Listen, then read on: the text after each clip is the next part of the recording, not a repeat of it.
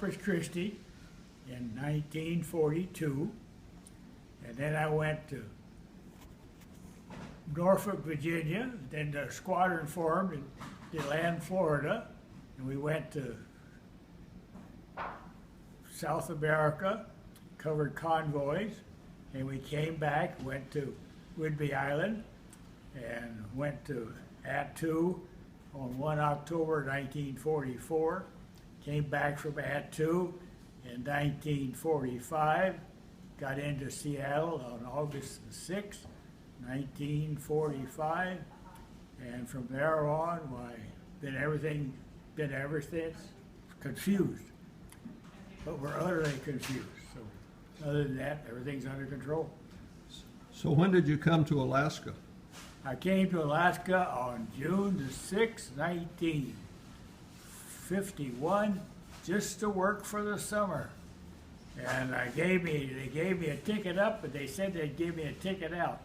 So in September, I'm ready to go back to school, and they said, no, we don't give you a ticket out till you've been here a year. If you go now, you got to buy your own ticket. Well, I never got enough money to get out of town. I've been stuck here in Juneau ever since. So that's the story of my life. I've been stuck in Juneau. Well, tell me what your that summer job was. Well, I was flying for Alaska Coastal. I was a naval aviator, had a seaplane rating, all those deals for signal, multi-engine, land and sea, instrument rating, and airline transport rating, so I was all set, but I was going to school to study engineering. So I spent approximately 4.5 years, almost 5 years, in North Texas Agricultural College, University of Washington, and the University of Missouri. Then I came up here, never got enough money to leave. Been stuck here ever since. Well, what if I gave you a one-way ticket to leave?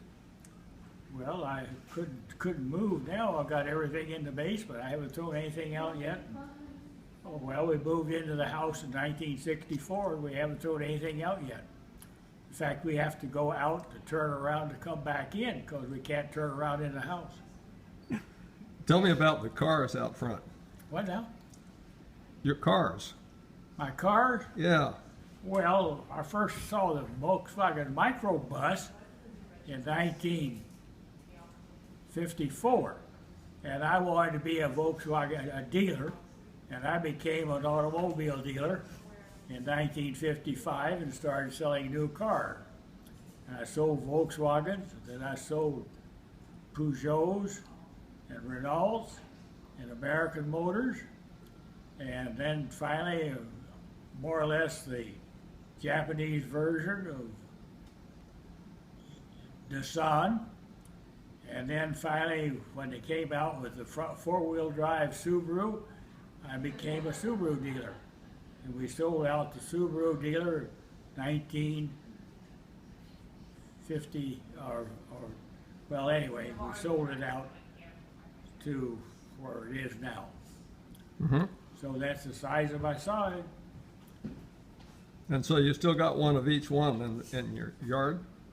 Well, I started selling Volkswagens in 1955 and stopped selling Subarus in 1989. Well, tell me about when did you give up working on cars? It was last time I was... I gave up working on cars just last year. Well, more or less I sold out the business, and then I had a lot where I more or less could work on cars there when it wasn't raining.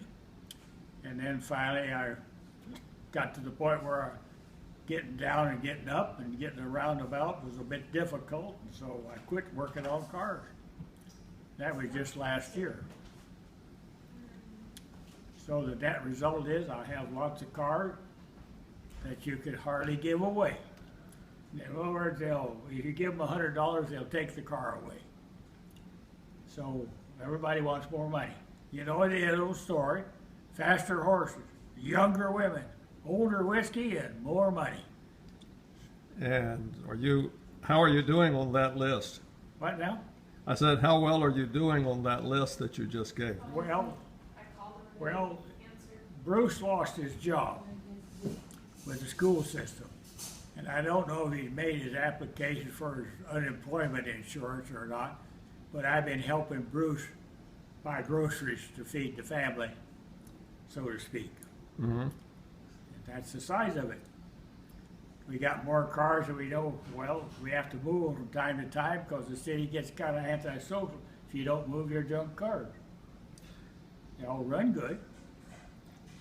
Well, let's go back to your World War II experience. Tell about the aircraft that you flew and what it did. Well, I flew all kinds of airplanes in the Navy. I went in PBYs and all the flyers, and then when I got to PVs, we went to South America with the PV-1, and then we took the PV-1 and went to Ad 2.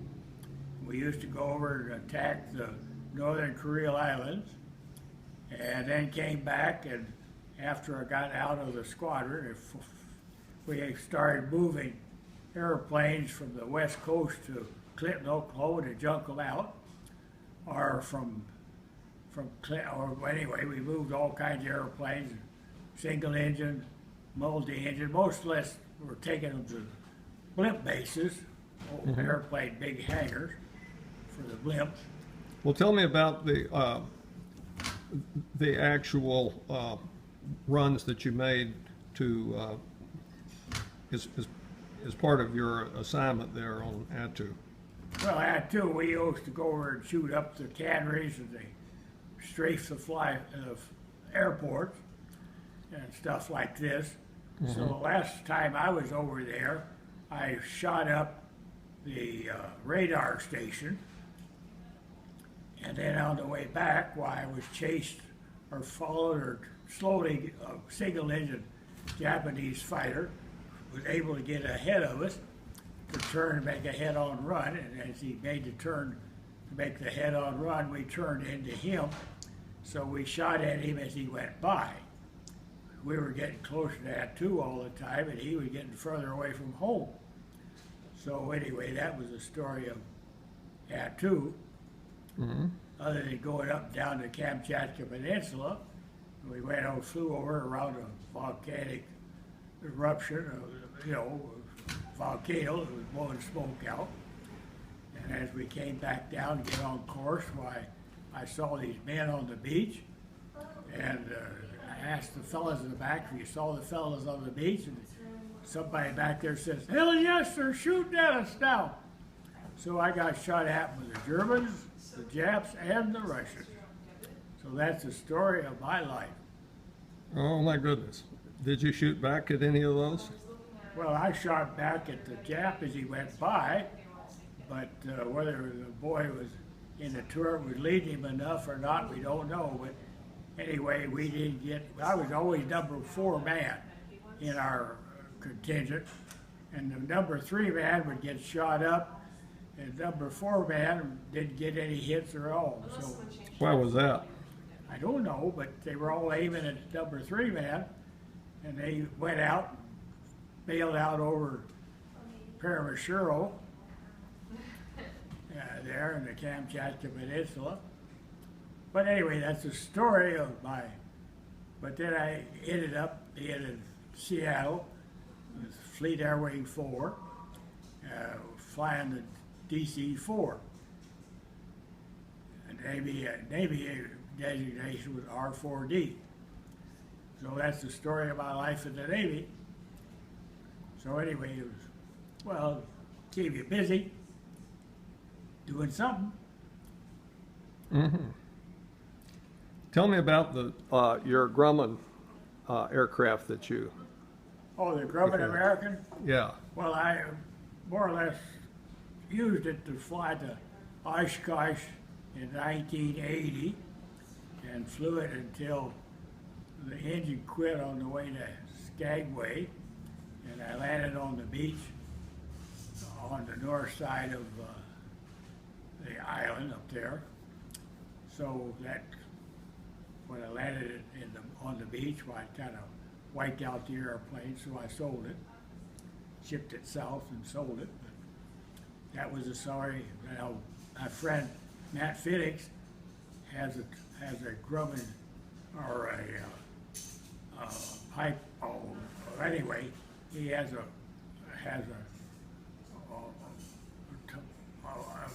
single engine Mooney that we flew to Oshkosh a few times.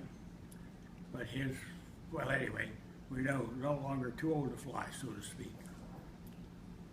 So that's the size of my story. Well, that was an interesting story. What do you think of this box of cookies I've got in my lap? Well, it's a good cookies. Like I say, we first got the first cookies. We got our first electric stove in 1935. And my Aunt Mary baked a whole big pan full of cookies. And Joe and I ate them too fast, and it made her kind of unhappy. She says, "To hell with you guys, I'm not going to make any more cookies." But now she sends me cookies to more or less offset all the time with no cookies. But anyway, that's the way it is. Can't beat that. More cookies, more cookies, more cookies. But she says now I don't have to eat just one cookie a day, I eat two. So how lucky can you be? Well, that is a good story. Thank you for. Here I am, 95 years old now, tomorrow. My mother used to tell me that I came at 3:30 in the morning. I was naked and all wet, but I'd been a pain in her ass ever since. But she was greatly relieved. But I'd been a pain in her ass ever since. So that's the story of my life. A pain in the ass.